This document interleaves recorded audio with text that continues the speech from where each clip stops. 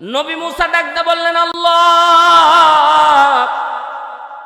তোমার কথাই না মাইর দিলাম রে আল্লাহ, তাহলে তোমার বন্ধু হলো কেমনে? আল্লাহ তাআলা ডাকতে বলছেন, এ নবী মুসা, তোমরা যখন তার জঙ্গলের মধ্যে ফেলে চলে গেলাম, বারবার নবী মুসা বলে চিৎকার ডাক দিয়েছে, সন্তানরা ডাক দিয়েছে, সন্তানেরা শুনো, তোমাদের কারণে দুনিয়াদারির পিছনে পড়ে আল্লাহরে ভুলে গিয়েছিলাম, তোমরাই আমার জঙ্গলের মধ্যে ফেলে দিয়ে যাচ্ছ। এই সন্তানেরা শোনো, কেউ যখন তোমরা শুনলা না, ডান দিকে ডাক দিয়েছে কেউ শোনে নাই, বাম দিকে ডাক দিয়েছে কেউ শোনে নাই, ওই আল্লাহর বান্দা হাত বাঁধা পা বাঁধা অবস্থায় জমিনের মধ্যে আস্তে করে দিয়ে জমিনের মধ্যে মাথাটা লাগায়, আমি আল্লাহরে বারবার আল্লাহ আল্লাহ বলে ডাক দিয়েছে। আসমানের দিকে তাক দিয়ে বলে, আল্লাহ আমার পরিবার আমারে ভুলে গেল রে আল্লাহ, নবী মুসা পর্যন্ত আমারে একাই রেখে চলে গেল, এরে আল্লাহ তুমি কি আমারে ভুলে যাবা? তুমি কি আমি বান্দারে ভুলে যাবা? তোমার নাম না রহমানুর রহিম, আল্লাহ আমি না ভুল করেছি, তুমি আমারে মাফ করে দাও। এ আল্লাহর বান্দারা দুই চোখের পানি ছেড়ে ওই ব্যক্তি যখন কান্না করা শুরু করে দিল, আস্তে করে জমিনের মধ্যে মাথাটা লাগায় ডাক দিয়ে বলে, আল্লাহ, জোরে বলেন আল্লাহ। ওই আল্লাহর বান্দা আস্তে করে জমিনের সাথে মাথাটা লাগায় চোখটা বন্ধ করে দিয়ে আল্লাহ আল্লাহ কয়া যখন ডাক দেওয়া শুরু করে দিয়েছে, চোখের পানি ছেড়ে কান্না করে আর বলে, আল্লাহ তুমি আমারে মাফ করে দাও। মনে মনে বলেন, আল্লাহর নবী বলেছেন এই জায়গায় ওই ব্যক্তির মতো যদি আল্লাহর কাছে কোনো বান্দা ক্ষমা চাই, তামাম পৃথিবী যদি ভর্তি গুনাহ করে থাকে, আল্লাহ তাআলা তাকে মাফ করে দিবে। ওয়াদা করছে, ওয়াদাল্লাহি হাক্কা। এরে আল্লাহর বান্দারা, আল্লাহ তাআলা ডাকতে বলছেন, হাবিব উম্মতদেরকে ডাক দিয়ে বলেন, ওই ব্যক্তি জীবনে কোনোদিন নামাজ পড়ে নাই, রোজা রাখে নাই, যাকাত দেয় নাই, আল্লাহ আল্লাহ বলে যখন ডাক দেওয়া শুরু করে দিয়েছে, আমি আল্লাহরে আল্লাহ করে ডাক দেওয়ার ফলে আমি আল্লাহ আর তার স্থির করতে পারি নাই, আমি আল্লাহ তারে মাফ করে আমি আল্লাহ তার নামটা জান্নাতের খাতায় লিখে আমার বন্ধু বানায় দিয়েছি।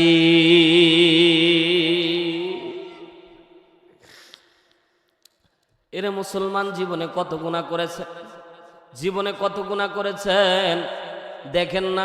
জীবনটা এতই অল্প, হায়াতের জিন্দেগি, আজকেই মৃত্যুবরণ করলে কালকে আপনার লাশটা পর্যন্ত রাখবে না। কথা বলেন ঠিক কি না? বিশ্বনবী চিন্তা করতেছেন, আল্লাহ কিয়ামতের ময়দানে আমার উম্মতের গুনাহ হবে অনেক, হায়াতের জিন্দেগিতে সওয়াব হবে অনেক কম, আমার চোখের সামনে আমার উম্মত যদি জাহান্নামী হয়ে যায়, এই দৃশ্য আমি রাসূল সাল্লাল্লাহু আলাইহি সাল্লাম দেখতে পারবো না।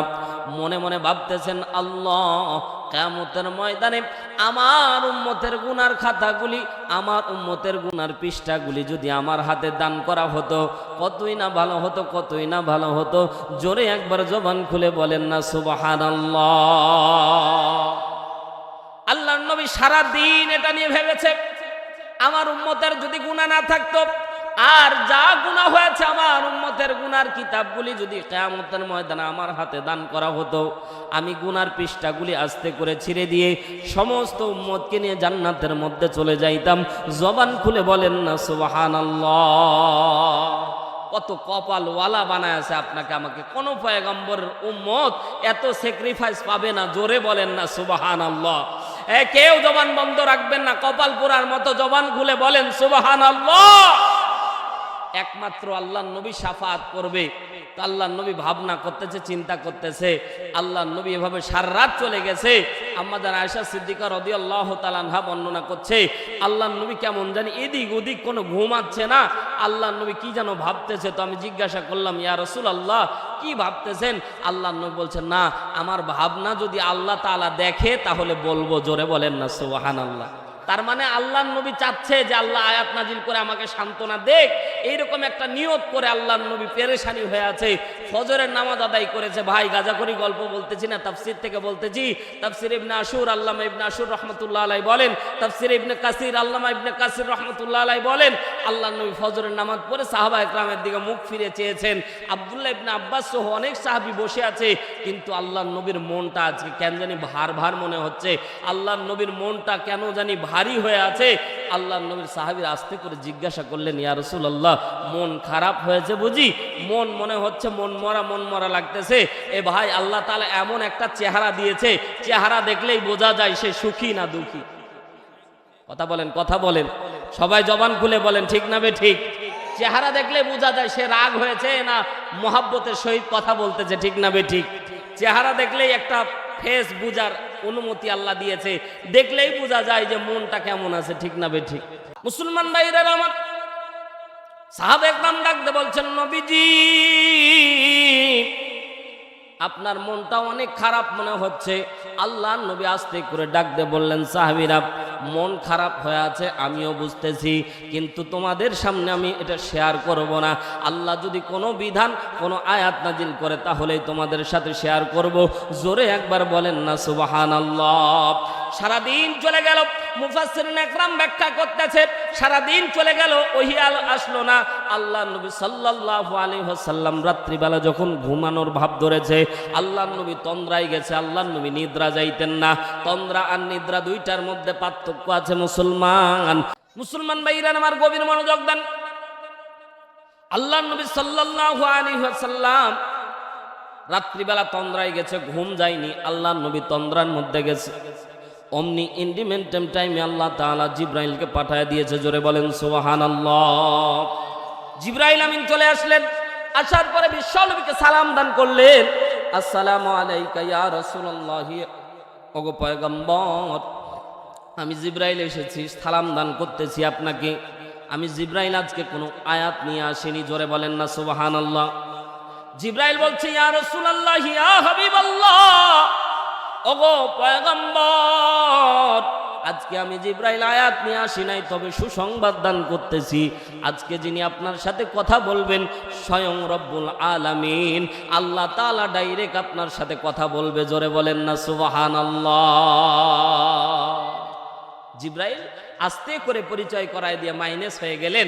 আল্লাহ তাআলা বিশ্বনবীকে সালাম দিচ্ছে। ও ভাই, কত বড় দামি কথা বললাম, আপনি কল্পনাও করতে পারেননি। সালাম দিচ্ছেন কে? আরো জোরে জোরে জোরে বলেন, কে? আল্লাহ তাআলা বিশ্বনবীকে সালাম দান করতেছে। মুসলমান এই জায়গায় একটা সবচেয়ে বড় শিক্ষা হচ্ছে, আয়াত থেকে আলোচনা থেকে শিক্ষা নেওয়া লাগবে। শুধু চলে গেলে চলবে না, আলোচনা শুনে চলে গেলে চলবে না। আল্লাহ তাআলা বুঝাতে চাইলেন, কথা বলার পূর্বে যে আগে কথা বলতে চাইবে সে সালাম দান করবে। এটা আল্লাহ তাআলার পক্ষ থেকে দামি একটি সুন্নাত। জোরে বলেন সুবহানাল্লাহ। আমার আলামিন সাইফি ভাই সালাম নিয়ে কথা বলেছে। আমার প্রিয় ভাই মাহদি বিন আব্দুল আজিজ সাহেবও সুন্দর করে বুঝিয়েছে, এ ভাই সালাম এটা জোর করে পাওয়ার জিনিস না, সালাম হচ্ছে মহব্বতের জিনিস। কথা জোরে বলেন ঠিক কিনা? বাড়িতে যান, বউকে সালাম দিবেন, লজ্জা লাগবে নাকি? রাগ করতেছেন? বউকে সালাম দিবেন, লজ্জা লাগবে? আপনাকে প্রত্যেক দিন দেওয়া লাগবে না। আমি হারুন রশিদ গ্যারান্টি দিচ্ছি, আপনি 1, 2, 3 দিন সালাম দিবেন, পরের দিন দেখবেন যে আপনার বউ আপনাকে সালাম দেওয়ার জন্য লুকায়া থাকবে। সুবহানাল্লাহ সুবহানাল্লাহ জোরে বলে। আপনি আপনার ছোট্ট বাচ্চাটাকে সালাম দিবেন, দেখবেন আপনার ছোট্ট বাচ্চা আপনাকে উল্টা সালাম দেওয়ার জন্য লুকায়া থাকবে। কথা জোরে বলেন ঠিক কিনা? আমার দেশে মুরব্বী চাচারা দেখবেন রাস্তাঘাটে যখন যায় যুবকদের দিকে খালি ফেল ফেল করে তাকায় থাকে, কিরে এরা সালাম দেয় না কেন?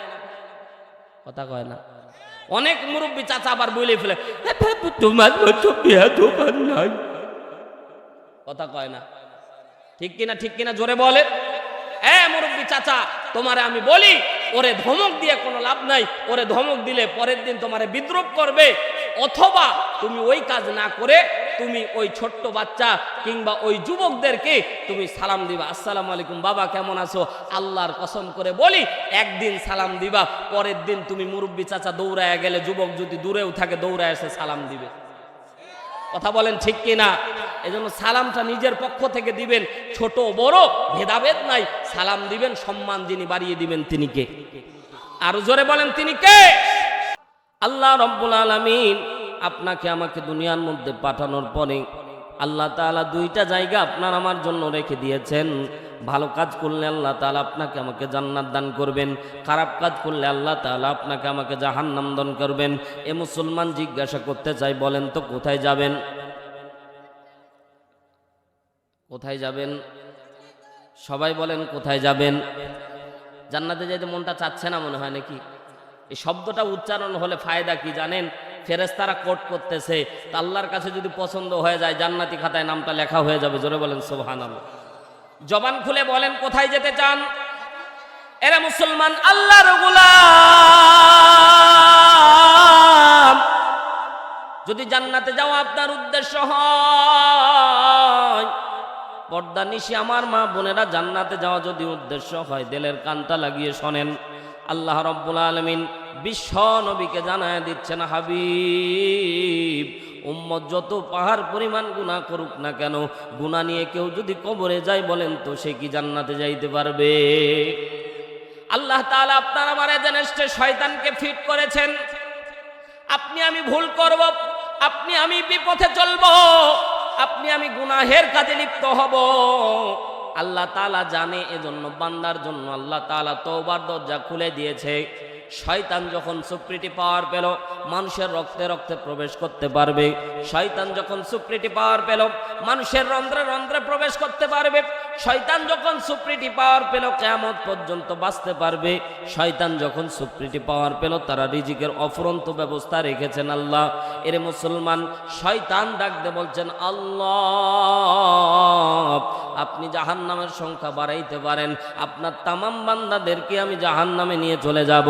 আমার আল্লাহ ডাকতে বলেন, আরে ফেরেশতারা শুনে নাও, শুনে নাও, আমার বান্দাদেরকে এলান করে দাও, জানায়া দাও, বান্দা বান্দীদেরকে এলান করে দাও, জানায়া দাও, আমার বান্দা বান্দি গুনাহ করার পরে, আমার বান্দা বান্দি যখন আমি আল্লাহরে আল্লাহ কয়া ডাক দিবে, জোরে বলেন না আল্লাহ।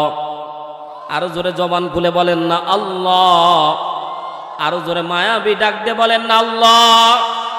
আল্লাহ তাআলা বলেন, হাবিব উম্মতদেরকে জানা দেন, আমার বান্দা যখন গুনাহ করবে, গুনাহ করার পরে বান্দা যখন আমি আল্লাহরে আল্লাহ কয়া ডাক দিবে, বান্দা যত গুনাহ করুক না কেন, আমি আল্লাহ বান্দার দিকে মায়াবী নজরে যখন তাকাবো, বান্দার জিন্দেগীর তামাম গুনাহ মাফ করে দিব। আরো জোরে জবান খুলে বলেন না সুবহানাল্লাহ। তাহলে আজকের যে আলোচ্য আয়াত থেকে আমি কথা বলবো, এটা এত একটি দামি আয়াত। আল্লাহ গ্যারান্টি দিচ্ছে আপনার গুনাহ মাফ হয়ে যাবে। আল্লাহ নবী সাল্লাল্লাহু আলাইহি ওয়াসাল্লাম গ্যারান্টি দিচ্ছে আপনার গুনাহ মাফ হয়ে যাবে। তার মানে যারা কপাল পুরা এখন বর্তমানে উঠে যাবে, তাদের কিন্তু কপাল পুড়ে যাবে, কারণ শয়তান চায় না যে কোন পদ্ধতিতে গুনাহ মাফ হোক। এটা আপনি জানেন, আমল করেন গুনাহ মাফ হয়ে যাক, এটা শয়তান চায় না। শয়তান চায় না আপনি জান্নাতি হন, এটা শয়তান চায় না। শয়তান চায় আপনি জাহান্নামী হয়ে যান। কথা জোরে বলেন ঠিক না বেঠিক? মুসলমান ভাইরা আমার, মাহফিলের শুরুতে জিজ্ঞাসা করতে চাই, দুনিয়ায় সারা জীবন বেঁচে থাকতে পারবেন? আস্তে বলেন, জোরে বলেন, পারবেন? এরে মুসলমান, এখানে অসংখ্য ভাই বসে আছি, নিজের কাঁধে নিজের বাবার লাশটাকে কবরে রেখে এসেছি, ঠিক না বেঠিক? জোরে বলেন। এখানে অনেক ভাই বসে আছি, নিজের কাঁধের মধ্যে নিজের ভাইয়ের লাশটাকে রেখে চলে এসেছি, নিজের কাঁধের মধ্যে মায়ের লাশটাকে আস্তে করে কবরের মধ্যে রেখে এসেছি। এর মুসলমান 10টা মিনিট আজকে বাড়ি যায় চিন্তা করে দেখবেন, ওই যে মাকে কবরের মধ্যে রাখলাম, বাবাকে কবরের মধ্যে রাখলাম, আপন ভাইকে কবরের মধ্যে রাখলাম, আত্মীয় স্বজনকে কবরের মধ্যে রাখলাম, আস্তে করে উপর দিকে বাঁশগুলি আস্তে আস্তে করে দিয়ে মাটি চাপা দিয়ে ওই যে চলে আসলাম। বারবার কবরের স্থানে যাওয়া হয়, বারবার কবরের কাছে গিয়ে ডাক দিয়ে আম্মা আব্বা কয়া ডাক দেন।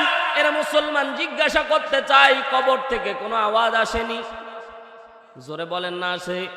এরে ভাই, কত কান্নাকাটি করবেন, আহাজারি করবেন। সেদিন পাবনার মধ্যে দেখলাম একজন পাগল, মা মারা গেছে, বাবা মারা গেছে, পাগল পর্যন্ত বাবা মার কবরের কাছে যায় কান্না করে, বাবা মার কবরের কাছে গিয়ে কান্না করে, 2 হাত আসমানের দিকে উঁচু করে পাগল ডাক দে বলে, এ বাবা আমারে রেখে গেলা, আমাকে খাবার দিবে কে? মা আমারে রেখে চলে গেলা, খাবার দিবে কে? বাবা মারা গেছে, 1 মাসের ব্যবধানে মা মারা গেছে। অবুঝ সন্তান কবরের পাশে বারবার করে কান্না করে। মুসলমান, কবর থেকে বাবা মা তো ওই সন্তানকে সান্ত্বনাও দেয় না। কেন পাগল কান্না করে? পাগল তো খাইতে জানে না, পাগল তো বাথরুম করতে জানে না, পাগল কোন বাড়িতে খাবার আছে সবাই এলাকাবাসী বলতেছে আমরা তোমাকে খাওয়াবো। পাগল তো বুঝে না, পাগল বাবা মার আদর যত্ন ভুলে না। এরে কপাল পোড়া সন্তান যাদের বাবা মা মারা গেছে।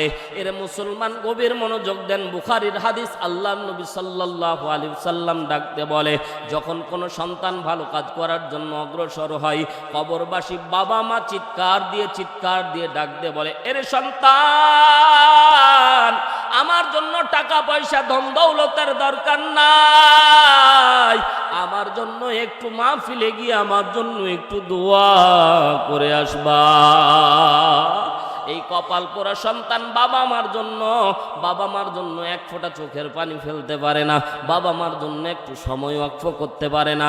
কবরবাসী বাবা মা আপনার হাতের দিকে এখন চেয়ে আছে, আমার সন্তান মাহফিলের মধ্যে একটু দোয়া করবে। আর এই কপাল পোড়া সময়কে ঠেকিয়ে আল্লাহ তাআলাকে ঠেকিয়ে বাড়ি গিয়ে ঘুমায় আছে। কথা জোরে বলেন ঠিক কিনা? এই জান্নাতের বাগান বেশিক্ষণ থাকবে না। এর মুসলমান দোয়া কবুলের সময় বেশিক্ষণ থাকে না। আল্লাহ তাআলা রহমত নাজিল করেছে। এর মুসলমান গভীর মনোযোগ দেন। আল্লাহর নবী সাল্লাল্লাহু আলাইহি সাল্লাম ডাকতে বলে, উম্মতেরা, পাহাড় পরিমাণ গুনাহ করার পরে যদি তোমরা আল্লাহর দরবারে ক্ষমা চাইতে পারো, আল্লাহ তাআলা তোমাদের পাহাড় পরিমাণ গুনাহগুলিকে আল্লাহ তাআলা মাফ করে দিবে। জোরে বলেন সুবহানাল্লাহ। মুসলমান, শুরুতে জিজ্ঞাসা করি, এতদিন তো অনেক ওয়াজ শুনেছেন, আমি হাদিস থেকে বলবো, আপনারা যে তওবা করেন এই তওবা কবুল হয় কি হয় না দেখতে পান? কথা বলেন ভাই, আমার কথা কি বুঝতেছেন? আপনারা যে তওবা করতেছেন এই তওবা কবুল হচ্ছে কি হয় না দেখতে পান? আজকে আমি 4টা পদ্ধতি হাদিসের আলোকে, বুখারীর হাদিসের আলোকে শিখায়া দেব, আপনি আপনার তওবা কবুল হয়েছে কিনা সাথে দেখতে পাবেন। সুবহানাল্লাহ, জোরে বলেন, জোরে বলেন। মুসলমান, গাঁজাখড়ি গল্প না, যতক্ষণ কথা বলবো কোরআন এবং হাদিস দিয়ে আল্লাহ কবুল করুন। জোরে বলেন আমিন। তারপরেও যদি কোনো কপাল পোড়া উঠে যান, তার ব্যাপারে আমার কোনো ওয়াজ নাই, আর কাউকে বসতেও বলবো না, কারণ আপনার গুনাহ ক্ষমাহের দরকার আছে না নাই? যদি থাকে তাহলে বসে থাকতে হবে, আর না হয় কপাল পোড়ার মতো চলে যেতে হবে, কারণ এই দুনিয়া থাকার জায়গা না। কথা জোরে বলেন ঠিক কিনা? দুনিয়া ছেড়ে চলে যাওয়া লাগবে, হয় 2 দিন আগে, না হয়, জোরে বলেন, 2 দিন আগে না হয়। কবি সুন্দর করে বলছে, প্রাণ পাখি উড়ে যাবে পিঞ্জির ছেড়ে, ধরা ধামে সবই রবে তুমি যাবে চলে, বন্ধু বান্ধব যত, মাতা পিতা তারা শত, সকলই হবে তোমার পর। মন আমার কেন বান্ধ দালান ঘর, একদিন মাটির ভিতরে হবে ঘর। মন আমার কেন বান্ধ দালান ঘর। কথা জোরে বলেন ঠিক কিনা? দেহ তোমার চর্মচর গলে পচে যাবে, শিরার উপর শিরাগুলি ছিন্ন ভিন্ন হবে, মন্ডু মেরুদণ্ড সবই হবে খণ্ড খণ্ড, মন্ডু মেরুদণ্ড সবই হবে খণ্ড খণ্ড, পরে রবে মাটির উপর। মন আমার কেন বান্ধ দালান ঘর, মন আমার কেন বান্ধ দালান ঘর। কথা জোরে বলেন ঠিক কিনা? পদ্মানিশী অনেক মা বোন আছে, দেখবেন বেপরদায় চলে। কবি সুন্দর করে বলে, যে রূপেরই গৌরবে সাজিয়াছ সাজ, সোনা দানা টাকা করি রাজকী পোশাক, যেদিন প্রাণ চলে যাবে সবই পরে রবে, প্রাণ চলে যাবে সবই পরে রবে, গায়ে দেবে মার কিন থান রে মন আমার, কেন বান্দ দালান ঘর। কথা বলেন ঠিক কিনা? দুনিয়া চিরস্থায়ী ভাবে থাকতে পারবেন না ভাই। আগে ভালো ছিল ভাই, বেশি নাড়ানাড়ি করিয়েন না, এক পর্যায়ে দিয়ে রাখে দেন। হ্যাঁ, আল্লাহ কবুল করুন, বলেন আমিন। দুনিয়া আপনার আমার থাকার জায়গা না। এই দুনিয়া ছেড়ে পরকালে চলে যাওয়া লাগবে, আপনি আমি যাতে পরকালে জান্নাতে যেতে পারি। এই জন্য ভাই আজকের আলোচনা, এর মুসলমান, আল্লাহ তাআলা বিশ্বনবীর উপর আয়াত নাজিল করে বিশ্বনবীকে সেই কথাটাই জানিয়ে দিচ্ছে। জোরে একবার বলেন না সুবহানাল্লাহ। আয়াত নোট করে নিয়ে যাবেন, গাঁজাখড়ি কোনো গল্প হবে না ইনশাআল্লাহ। অনেক পর্দানিশী মা বোন আছে, মা বোনের একটু দিলের কানটা লাগিয়ে শোনেন। আল্লাহ তাআলা গুনাহ ক্ষমাহের জন্য নিজে আয়াত নাজিল করছে, উপহার দান করছে। জোরে একবার বলেন সুবহানাল্লাহ। সূরা তাহরিম, জোরে বলেন কোন সূরা? সবাই বলেন ভাই কোন সূরা? সূরা তাহরিম। আর জোরে বলেন কোন সূরা? সূরা তাহরিম, আয়াত নাম্বার 8। আয়াত নাম্বার, আল্লাহ নবী সাল্লাল্লাহু আলাইহি ওয়াসাল্লামের মাদানী জিন্দেগিতে আল্লাহ তাআলা এই আয়াতটি নাজিল করে। জোরে একবার বলেন সুবহানাল্লাহ। এই আয়াত নাজিল হওয়ার একটা ঘটনা শানে নজুল বলা হয়। আয়াত নাজিলের ঘটনাকে কি বলা হয়? সূরা তাহরিম, আয়াত নাম্বার 8। আল্লাহ নবী সাল্লাল্লাহু আলাইহি সাল্লাম একদিন চিন্তা করতেছেন যে আল্লাহ, আমার উম্মতের হায়াত হবে অল্প। জোরে বলেন হায়াত কত হবে? অল্প হায়াত। কারণ অন্যান্য নবীর হায়াত দেখেন, হযরত নূহ আলাইহিস সালাতু ওয়াস সালাম 950 বছর দিনের দাওয়াত দিয়েছিলেন। জোরে বলেন কয়শো বছর? 950 বছর খালি দিনের দাওয়াতই দিয়েছিলেন। তার মানে 1000 বছর, 1500 বছর, 2000 বছর এরকম তাদের হায়াত। কোথায় 1000 বছর আর কোথায় 60 বছর সমান হতে পারে? জোরে বলেন সমান হতে পারে? আল্লাহ নবী চিন্তা করতেছে, আল্লাহ আমার উম্মতকে তো আপনি দাবি বানায়েছেন, আমার উম্মত তো হায়াতে অনেক অল্প, তো আমার উম্মত কি কিয়ামতের ময়দানে বেশি সওয়াব নিয়ে উঠতে পারবে? জোরে জবান খুলে বলেন না আল্লাহু আকবার। আল্লাহ নবী কাকে নিয়ে ভাবতেছেন বলেন তো? জোরে বলেন কাকে নিয়ে? উম্মত তো ভাই চাস্তো কথা, আমরাই তো উম্মত, ঠিক না বেঠিক? জোরে বলেন। এবার মহব্বতের সাথে বলেন, আমি বলবো নবী কাকে নিয়ে ভাবতেছেন, জবান খুলে বলবেন, এইভাবে হাতটা বুকের সাথে দিয়ে বলবেন আমাদেরকে নিয়ে। বলেন তো নবী কাদেরকে নিয়ে ভাবতেছে? জোরে বলেন নবী কাকে নিয়ে ভাবতেছে? আমি জানি প্রেমের পাগল সে তো মদিনায়, প্রেমানলে ডুবে মরি, প্রেমানলে ডুবে মরি, ও হে রব্বানা আমি জানি প্রেমের পাগল সে তো মদিনায়। জোরে বলেন মারহাবা। বিশ্বনবী চিন্তা করতেছেন, আল্লাহ কিয়ামতের ময়দানে আমার উম্মতের গুনাহ হবে অনেক, হায়াতের জিন্দেগিতে সওয়াব হবে অনেক কম। আমার চোখের সামনে আমার উম্মত যদি জাহান্নামী হয়ে যায়, এই দৃশ্য আমি রাসূল সাল্লাল্লাহু আলাইহি সাল্লাম দেখতে পারবো না। মনে মনে ভাবতেছেন, আল্লাহ কিয়ামতের ময়দানে আমার উম্মতের গুনার খাতাগুলি, আমার উম্মতের গুনার পৃষ্ঠাগুলি যদি আমার হাতে দান করা হতো, কতই না ভালো হতো, কতই না ভালো হতো। জোরে একবার জবান খুলে বলেন না সুবহানাল্লাহ।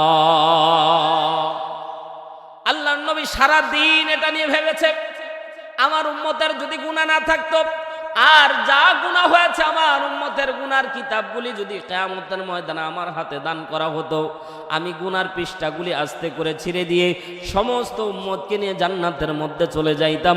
জবান খুলে বলেন না সুবহানাল্লাহ। কত কপালওয়ালা বানায় আছে আপনাকে আমাকে। কোন পয়গম্বরের উম্মত এত স্যাক্রিফাইস পাবে না। জোরে বলেন না সুবহানাল্লাহ। কেউ জবান বন্ধ রাখবেন না, কপাল পোড়ার মতো জবান খুলে বলেন সুবহানাল্লাহ। একমাত্র আল্লাহর নবী শাফাত করবে। তো আল্লাহর নবী ভাবনা করতেছে, চিন্তা করতেছে। আল্লাহর নবী এভাবে সারা রাত চলে গেছে। আম্মাজান আয়েশা সিদ্দিকা রাদিয়াল্লাহু তাআলা আনহা বর্ণনা করছে, আল্লাহর নবী কেমন জানি এদিক ওদিক কোনো ঘুমাচ্ছে না। আল্লাহর নবী কি যেন ভাবতেছে। তো আমি জিজ্ঞাসা করলাম, ইয়া রাসূলুল্লাহ কি ভাবতেছেন? আল্লাহর নবী বলছেন, না আমার ভাবনা যদি আল্লাহ তাআলা দেখে তাহলে বলবো। জোরে বলেন না সুবহানাল্লাহ। তার মানে আল্লাহর নবী চাচ্ছে যে আল্লাহ আয়াত নাজিল করে আমাকে সান্ত্বনা দেখ, এইরকম একটা নিয়ত করে আল্লাহর নবী পেরেশানি হয়ে আছে।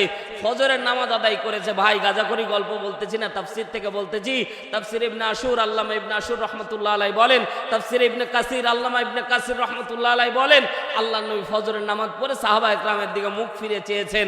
আব্দুল্লাহ ইবনে আব্বাস সহ অনেক সাহাবী বসে আছে, কিন্তু আল্লাহর নবীর মনটা আজকে কেন জানি ভার ভার মনে হচ্ছে। আল্লাহর নবীর মনটা কেন জানি ভারী হয়ে আছে। আল্লাহর নবীর সাহাবীরা আস্তে করে জিজ্ঞাসা করলেন, ইয়া রাসূলুল্লাহ মন খারাপ হয়েছে বুঝি? মনে হচ্ছে মন মরা লাগতেছে। এ ভাই আল্লাহ তাআলা এমন একটা চেহারা দিয়েছে, চেহারা দেখলেই বোঝা যায় সে সুখী না দুঃখী। কথা বলেন সবাই জবান খুলে বলেন, ঠিক না বে ঠিক? চেহারা দেখলে বোঝা যায় সে রাগ হয়েছে না মহাব্বতের সহিত কথা বলতেছে, ঠিক না বে ঠিক? চেহারা দেখলেই একটা ফেস বুঝার অনুমতি আল্লাহ দিয়েছে, দেখলেই বোঝা যায় যে মনটা কেমন আছে, ঠিক না বে ঠিক? যুবক ভাইরা দেখবেন প্রেমের আলাপ পাইলে, প্রেমের ছোঁয়া পাইলেন মন খালি ফুরফুরা হয়ে খালি ঘুরে বেড়ায়। কথা বলে না কেন যুবক ভাইরা, ঠিক না বে ঠিক? অনেক অসংখ্য যুবক ভাই আছে। এই জন্য যুবক ভাইদের সামান্য 2 মিনিট, এই যুবক ভাইরা এখনকার সময়ে এই মোবাইল পায়া যুবকেরা আজকে নষ্টের দিকে চলে যাচ্ছে। কথা জোরে বলেন, ঠিক কিনা? যুবক ভাইরা আওয়াজ তুলে বলো, কথা ঠিক না বে ঠিক? এখন এই যে মোবাইল আসছে, কি যে ফ্রি ফায়ার আর একটা গেম, ও ভাই মোবাইলটা মনে হচ্ছে ফাটবে ভাব। কথা বলেন ঠিক কিনা? এইভাবে মার মার মার মার, কথা কয় না, ঠিক না বে ঠিক? একদিন আমি রানী সংকল মাহফিল করে আসতেছি, রাত তখন বাজে মনে হয় 1:30 থেকে 2টা, আর 3 জন যুবক এক ব্রিজের উপর বসে ওই ফ্রি ফায়ার খেলতেছে, মার খেলতেছে। আমার গাড়ি খালি উঠেছে আর অমনি করছে মার মার মার। আমরা হুজুররা তো ভাই এমনি বিপদে, ঠিক না বে ঠিক? বলে এমনি বিপদে, আর ওরা মার করছে। আমি করছি আল্লাহ তুমি এই রাত্রে আমারে বাঁচাও আল্লাহ। পরে দেখতেছি না আমাদের না, ওর মোবাইলে মার করছে। আর মোবাইলে ভাই এত পরিমাণে শব্দ, আমার মনে হচ্ছে মোবাইলটা ফাটে যাবে, ঠিক না? কথা বলেন না কেন? যুবক ভাই, অসংখ্য যুবক ভাই আছে এখন নৌকাতে, তারা প্রেমের নৌকায় পাংখা লাগাচ্ছে। কথা জোরে বলেন, ঠিক কিনা? কিন্তু ওই পাংখা না লাগিয়ে কোরআনের পাংখা লাগানো লাগবে। কথা জোরে বলেন, ঠিক কিনা? হাতে আমার তসবিহ কোরআন, চক্ষু 2টা লাল, মুয়াজ্জিনের আযান শুনে হয় আমার সকাল। বলবো না, জোরে বলেন, ঠিক কিনা? হাতে আমার তসবিহ কোরআন, চক্ষু 2টা লাল, মুয়াজ্জিনের আযান শুনে হয় আমার সকাল। মসজিদটায় আমার ফেরেশতা ভরা পবিত্র স্থান, আমাদের সাথে হয় না ইয়ারি, হয় না অভিমান। আজ আবেগ দিয়া তাহাজ্জুদের নামাজে দাঁড়াইছি, পাগল হইয়া খোদার প্রেমে পাড়ি জমাইছি। ঠিক না বে ঠিক? জোরে বলো। অসংখ্য যুবক ভাই বলছে, হুজুর এটা তো নেশার নৌকায় পাংখা লাগানোর গান। আমরা আর ওই নেশার নৌকায় পাংখা লাগাবো না, আমরা কোরআনের নৌকায় পাংখা লাগাবো। কথা জোরে বলেন, ঠিক কিনা? অনেক নেশা কইরা দেখছি কোনো মজা নাই, তোমার নেশার মাঝে প্রভু শান্তি খুঁজা পাই। জোরে বলেন, ঠিক কিনা? আর নেশার মাঝে শান্তি আছে। দেখবেন আমাদের এলাকা তো ভাই মদ টদ পাওয়া যায় না, কিন্তু চুয়ানি পাওয়া যায়। কথা না বললে তো হবে না। আপনাদের চুয়ানি চিনেন তো, এটাকে বাংলা মদ বলা হয়। তো চুয়ানি খায় আমার এলাকার একজন। চুয়ানি খাওয়ার পরে সকালবেলা দেখতেছি রাস্তা ঠেলতেছে। বলতেছি চাচা কি করবেন? বলছে রাস্তা বাঁকা হয়ে আছে, সোজা করে দিব। কথা কয় না, ঠিক না বে ঠিক? আমার গ্রামের এক চাচি বলতেছে, তোর চাচা যখন চুয়ানি খায় আসে রে বাপ, খুব বিপদে থাকি। কেন মা? কয় যে তোর চাচা এসে কয় আম্মা কেমন আছেন। কথা কয় না, ঠিক না বে ঠিক? আমার চাচাতো ভাই এসে কয়, ওটা সম্পর্কে চাচাতো ভাই তো বলছে ভাই খুব বেকায়দায় থাকি, আব্বা যখন মাল খায় আসে তখন আব্বা আমারে দুলাভাই কয়েও ডাক দেয়। কথা বলেন, ঠিক না বে ঠিক? এটা মিছা কথা কইলাম? কথা জোরে বলেন, ঠিক কিনা? এই জন্য দুনিয়ার নেশা করা যাবে না, নেশা করতে হবে নামাজের নেশা। আজান দিলে কেউ পাবে না। কথা জোরে বলেন, ঠিক কিনা? অনেক নেশা কইরা দেখছি কোনো মজা নাই, তোমার নেশার মাঝে প্রভু শান্তি খুঁজা পাই। চাই না আমি দালান কুটা, চাই না বাড়ি ঘর, তোমার কাছে হই না আমি, হই না যেন পর। আজ আবেগ দিয়া তাহাজ্জুদের নামাজে দাঁড়াইছি, পাগল হইয়া খোদার প্রেমে পারি জমাইছি। আরো জোরে বলেন ঠিক কি না?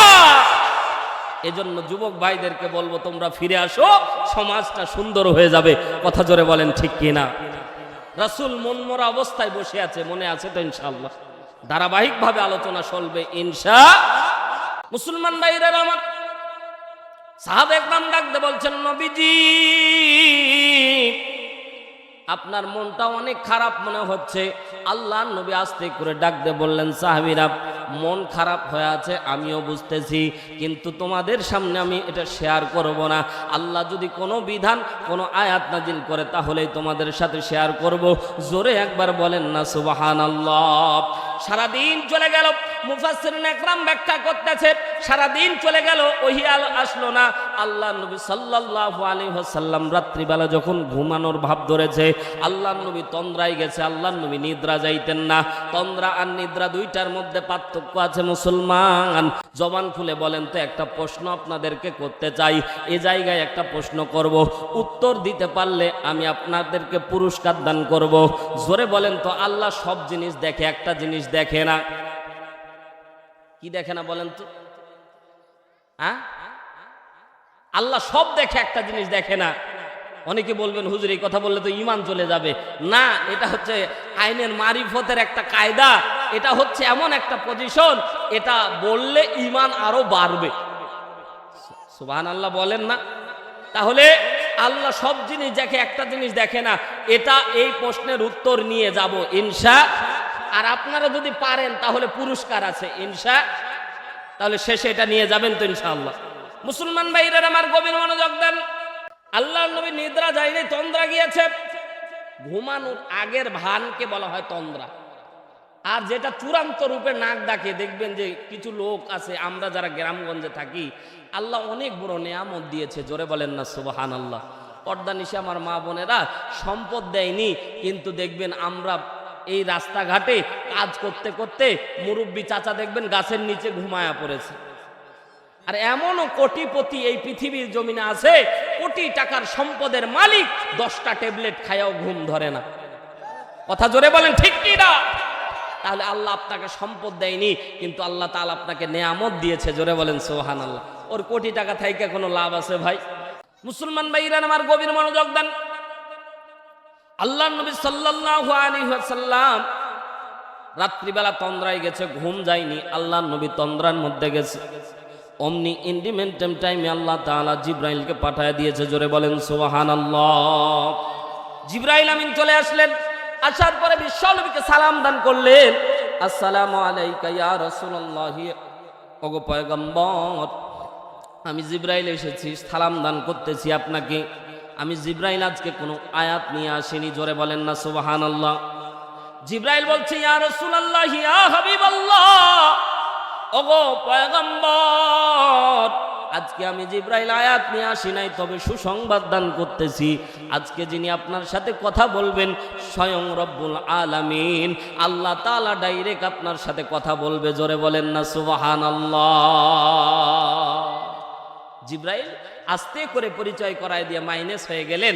আল্লাহ তাআলা বিশ্বনবীকে সালাম দিচ্ছে। ও ভাই, কত বড় দামি কথা বললাম, আপনি কল্পনাও করতে পারেননি। সালাম দিচ্ছেন কে? আরো জোরে জোরে জোরে বলেন কে? আল্লাহ তাআলা বিশ্বনবীকে সালাম দান করতেছে। মুসলমান এই জায়গায় একটা সবচেয়ে বড় শিক্ষা হচ্ছে, আয়াত থেকে, আলোচনা থেকে শিক্ষা নেওয়া লাগবে। শুধু চলে গেলে চলবে না, আলোচনা শুনে চলে গেলে চলবে না। আল্লাহ তাআলা বুঝাতে চাইলেন, কথা বলার পূর্বে যে আগে কথা বলতে চাইবে সে সালাম দান করবে। এটা আল্লাহ তাআলার পক্ষ থেকে দামি একটি সুন্নাত, জোরে বলেন সুবহানাল্লাহ। আমার আলামিন সাইফি ভাই সালাম নিয়ে কথা বলেছে, আমার প্রিয় ভাই মাহদি বিন আব্দুল আজিজ সাহেবও সুন্দর করে বুঝিয়েছে, এ ভাই, সালাম এটা জোর করে পাওয়ার জিনিস না, সালাম হচ্ছে মহব্বতের জিনিস। কথা জোরে বলেন ঠিক কিনা? বাড়িতে যান, বউকে সালাম দিবেন, লজ্জা লাগবে নাকি? রাগ করতেছেন? বউকে সালাম দিবেন, লজ্জা লাগবে? আপনাকে প্রত্যেক দিন দেওয়া লাগবে না, আমি হারুন রশিদ গ্যারান্টি দিচ্ছি। আপনি 1 2 3 দিন সালাম দিবেন, পরের দিন দেখবেন যে আপনার বউ আপনাকে সালাম দেওয়ার জন্য লুকায়া থাকবে। সুবহানাল্লাহ, সুবহানাল্লাহ জোরে বলে। আপনি আপনার ছোট্ট বাচ্চাটাকে সালাম দিবেন, দেখবেন আপনার ছোট্ট বাচ্চা আপনাকে উল্টা সালাম দেওয়ার জন্য লুকায়া থাকবে। কথা জোরে বলেন ঠিক কিনা? আমার দেশে মুরব্বী চাচারা দেখবেন রাস্তাঘাটে যখন যায় যুবকদের দিকে খালি ফেল ফেল করে তাকায়া থাকে, কিরে এরা সালাম দেয় না কেন? কথা কয় না। অনেক মুরব্বী চাচা আবার বলে ফেলে, তোমার নাই। কথা কয় না, ঠিক কিনা? ঠিক কিনা জোরে বলে। মুরব্বী চাচা, তোমারে আমি বলি, ওরে ধমক দিয়ে কোনো লাভ নাই। ওরে ধমক দিলে পরের দিন তোমারে বিদ্রুপ করবে, অথবা তুমি ওই কাজ না করে তুমি ওই ছোট্ট বাচ্চা কিংবা ওই যুবকদেরকে তুমি সালাম দিবা, আসসালামু আলাইকুম বাবা কেমন আছো। আল্লাহর কসম করে বলি, একদিন সালাম দিবা, পরের দিন তুমি মুরব্বী চাচা দৌড়ায় গেলে যুবক যদি দূরেও থাকে দৌড়ায় এসে সালাম দিবে। কথা বলেন ঠিক কিনা? এজন্য সালামটা নিজের পক্ষ থেকে দিবেন, ছোট বড় ভেদাভেদ নাই। সালাম দিবেন, সম্মান যিনি বাড়িয়ে দিবেন তিনি কে? আরো জোরে বলেন তিনি কে? মুসলমান লম্বা সময় করার কোনো সুযোগ নাই। কথা দিলের কানটা লাগিয়ে বোঝেন। আল্লাহ তাআলা বিশ্বনবীকে সালাম দান করে ডাকতে বলছেন, হাবিব আপনি কেমন আছেন? সুবহানাল্লাহ জোরে বলেন, জোরে বলেন। এ ভাই জোরে বলেন না সুবহানাল্লাহ। আল্লাহ নবী আলহামদুলিল্লাহ পাঠ করার পরে বলছে, আল্লাহ যদিও শারীরিকভাবে ভালো আছি কিন্তু মানসিক একটা টেনশনে আছি। আল্লাহ তাআলা বলছেন, আমি তো জানি আপনার মানসিক টেনশন কি, এই টেনশন দূর করার জন্যই তো আমি আল্লাহ এসেছি। আরো জোরে বলেন সুবহানাল্লাহ। এখন অনেকেই বলতে পারবেন, হুজুর আল্লাহ তাআলা বিশ্বনবীর সাথে কথা বলছে তো গাজাখুরি গল্পের মতো হয়ে যাচ্ছে।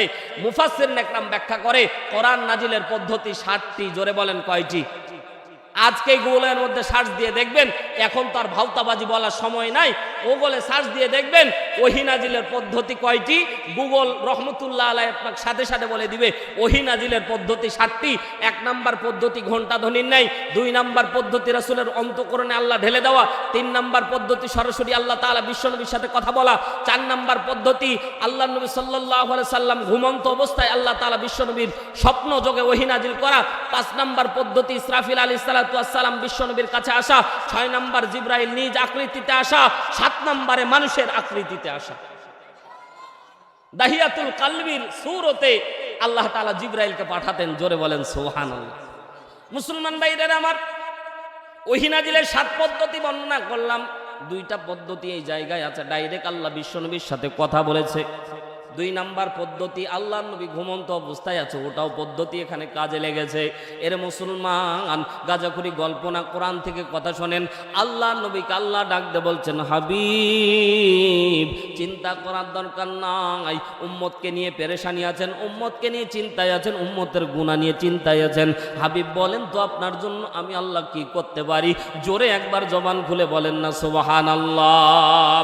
আল্লাহ নবী সাল্লাল্লাহু আলাইহি সাল্লাম সুযোগ পাওয়ার পরে দেরি করলেন না, ডাকতে বললেন আল্লাহ। চিৎকার দিয়ে বলেন না আল্লাহ। আরো জোরে বলেন না আল্লাহ। আরো জোরে বলেন আল্লাহ। 2 হাত আসমানের দিকে উঁচু করে বলেন আল্লাহ। এরা মুসলমান, এই ডাক আল্লাহর কাছে এত পছন্দ। আল্লাহ বলে, আল্লাহ কয়া বান্দা ডাক দিলে আমি আল্লাহ খুশি হয়ে যাই। জোরে বলেন না সুবহানাল্লাহ। এরা মুসলমান, আল্লাহ তাআলা বিশ্বনবীকে যখন বললেন, হাবিব বলেন আপনার জন্য কি করতে পারি, আল্লাহ তাআলা বিশ্বনবীকে বলার সাথে সাথে আল্লাহর নবী সুযোগ পেয়ে গেলেন। আল্লাহর নবী ডাকতে বললেন আল্লাহ, কিয়ামতের ময়দানে আমার উম্মতের গুনার কিতাব যেটা থাকবে এটা আমার হাতে দিবেন। জোরে একবার বলেন না সুবহানাল্লাহ। এই জায়গায় আপনাদেরকে একটু ব্যাখ্যা করে দেই, কোরআন থেকে কোরআন, তাফসিরুল কোরআন মাহফিল তাফসির আকারে কথাগুলি বোঝার চেষ্টা করেন। আল্লাহ তাআলা বললেন, আল্লাহ নবী বললেন গুনার কিতাব। এরা মুসলমান, আমাদের বোধগম্য হলো না গুনার আবার কিতাব কেমন করে থাকবে। আল্লাহ কোরআনের অন্য জায়গা বলছে, সূরা বানী ইসরাইল 14 নম্বর আয়াত, মুসলমান কোট করে নিয়ে যান। আল্লাহ তাআলা ডাক দিয়ে বলছেন, সূরা বানী ইসরাইল 14 নম্বর আয়াত আল্লাহ তাআলা বলছেন, ইকরা কিতাবাকা কাফা বিনাফসিকাল ইয়াউমা আলাইকা হাসিবা। সূরা বানী ইসরাইল 14 নম্বর আয়াত আল্লাহ নাজিল করে বিশ্বনবীকে ডাকতে বলছেন, ইকরা কিতাবাকা কাফা বিনাফসিকাল ইয়াউমা আলাইকা হাসিবা। হাবিব, কিয়ামতের ময়দানে আমি আপনার প্রত্যেকটা উম্মত সহ যত দুনিয়ার বনি আদম যত সন্তান আছে সবার হাতে একটা কিতাব দিব। কিসের কিতাব? আমল নামার কিতাব। ওই আমল নামার ভিতরে ভালো মন্দ সব লেখা থাকবে। আল্লাহ বলবেন, কিতাব দেওয়ার পরে বলবেন, এ বান্দা ওই কিতাবটা পাঠ করো, ইকরা, পাঠ করো। কি পাঠ করবে? মুফাসসির নেকরাম বলে কারাতুল আমাল, দুনিয়ার মধ্যে যে আমল করেছে ওই আমল পাঠ করো। জোরে একবার বলেন না আল্লাহু আকবার। আমল নামা আল্লাহ তাআলা কিয়ামতের ময়দানে প্রত্যেকের আমল নামা হাতের মধ্যে দিবে। এই আমল নামা পাওয়ার পরে আমরা কি শব্দ করব? সূরা কাহাফ আয়াত নাম্বার 49 আল্লাহ রাব্বুল আলামিন বলেন, মালি হাযাল কিতাব লা ইউগাদিরু সগীরাতাও ওয়ালা কাবীরা।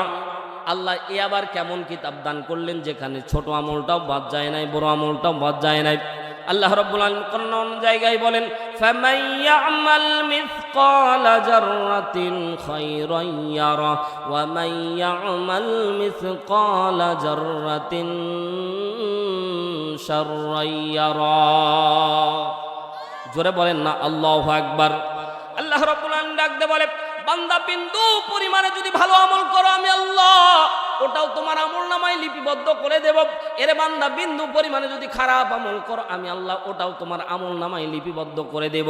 আল্লাহ তাআলা সূরা ইনফিতারের 11 নম্বর আয়াত নাজিল করে আল্লাহ তাআলা ওই কথাটাও জানায়া দিচ্ছেন, কিরামান কাতিবিনা ইয়ালামুনা মা তাফআলুন।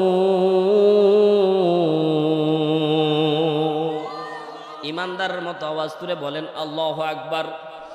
আরো জোরে বলেন আল্লাহু আকবার। আল্লাহ তাআলা ডাক দিয়ে বলছেন, কিরামান কাতিবিন। আমরা গ্রামগঞ্জের মানুষ, আমরা মনে করি কিরামান কাতিবিন মানে দুইজন ফেরেশতার নাম, কিন্তু না না না, মুফাসসিরিন একরাম ব্যাখ্যা করতেছে, আলিম উলামা পাশে বসে আছে। এর মুসলমান, আল্লাহ তাআলা বলেন কিরামান সম্মানিত, এক বচন না, এটা বহু বচন। সম্মানিত কাতিবিন, কাতেব এক বচন, কাতিবিন বহু বচন। আল্লাহ তাআলা বলছে সম্মানিত লেখকগণ ফেরেশতা। কত ফেরেশতা আছে আল্লাহ ছাড়া কেউ জানে না। সম্মানিত ফেরেশতাগণ আপনার আমলনামায় আপনি যা করেন তা কিছু লিখে রেখেছে। সব কিছু কিয়ামতের ময়দানে আল্লাহ তাআলা আপনাকে আমাকে নিজ হাতে আমলনামা দান করে দিবেন। জোরে বলেন সুবহানাল্লাহ। বিশ্ব নবী আমার ডাক দিয়ে বলছেন, আল্লাহ কিয়ামতের ময়দানে বান্দার আমলনামায় বান্দায় দেওয়ার আগে আমি রাসূলের হাতে আমার উম্মতের গুনার কিতাবগুলি দান করবেন। আল্লাহ তাআলা ডাক দিয়ে বলছেন, হাবিব বন্ধুর সাথে বন্ধুর কথোপকথন দেখেন কত মধুর। আল্লাহর নবীকে আল্লাহ ডাক দিয়ে বলছেন, হাবিব কিয়ামতের ময়দান থাকবে অত্যন্ত কঠিন। সেদিন কেউ কাউকে চিনবে না, বাবা তার সন্তানকে চিনবে না, মা তার সন্তানকে চিনবে না। এরা মুসলমান, দুনিয়ার মধ্যে তো করোনা ভাইরাস এসে আপনাকে আমাকে দেখা দিয়েছে, দুনিয়ায় তো কেউ কারো না। কথা জোরে বলেন ঠিক কি না? করোনা ভাইরাস বাবার আক্রান্ত হয়েছে, সন্তান বাবারে কবর দিয়েছে। কোন কবরস্থানে বাবার লাশ সন্তান জানে না, আছে না নাই? কথা বলেন না কেন, আছে না নাই? এরা মুসলমান, স্বামীর করোনা ভাইরাসে আক্রান্ত হয়েছে, স্ত্রী শোনা মাত্র বাড়ি ত্যাগ করে বাপের বাড়ি চলে গেছে। এমন ঘটনাও বাংলাদেশের মধ্যে ঘটেছে। কথা বলেন ঠিক কিনা? ওরে ভাই, আগের ইতিহাস তো বলা লাগবে না। আল্লাহ 2019 সালে করোনা ভাইরাস দিয়ে যেন কিয়ামতের ছোট্ট মিনি হাসরের ময়দান দেখা দিয়েছে। দুনিয়ার মধ্যেই তো এদিক সেদিক হলে কেউ কাউকে চিনে না। কথা জোরে বলেন ঠিক কিনা?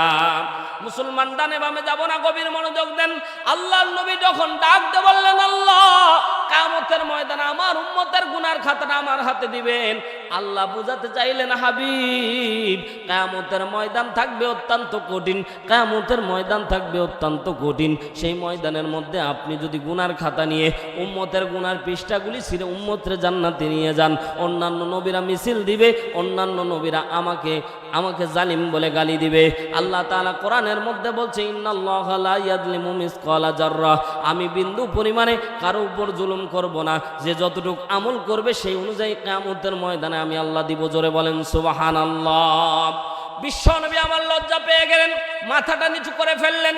আল্লাহ নবী সাল্লাল্লাহু আলাইহি সাল্লাম লজ্জা পেয়ে গেলেন, মাথাটা নিচু করে ফেললেন। মুসলমান গভীর মনোযোগ দেন, গুনাহ ক্ষমাহের কথা বলতেছি। আল্লাহ তাআলা বিশ্ব নবীকে বোঝাতে চাইলেন, হাবিব কিয়ামতের ময়দানে ওই সুযোগ থাকবে না।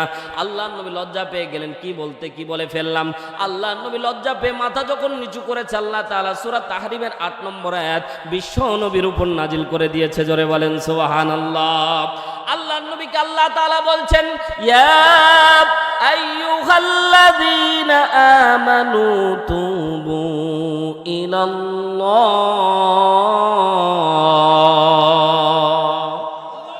আরো জোরে বলেন না আল্লাহু আকবার। মুসলমান খারাপ লাগতেছে নাকি?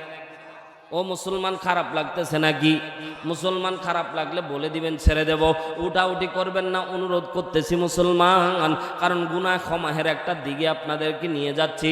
আল্লাহ নবী সাল্লাল্লাহু আলাইহি সাল্লাম আল্লাহরে ডাক দিয়ে বলেন, আল্লাহ আমার উম্মতের তাহলে কি হবে?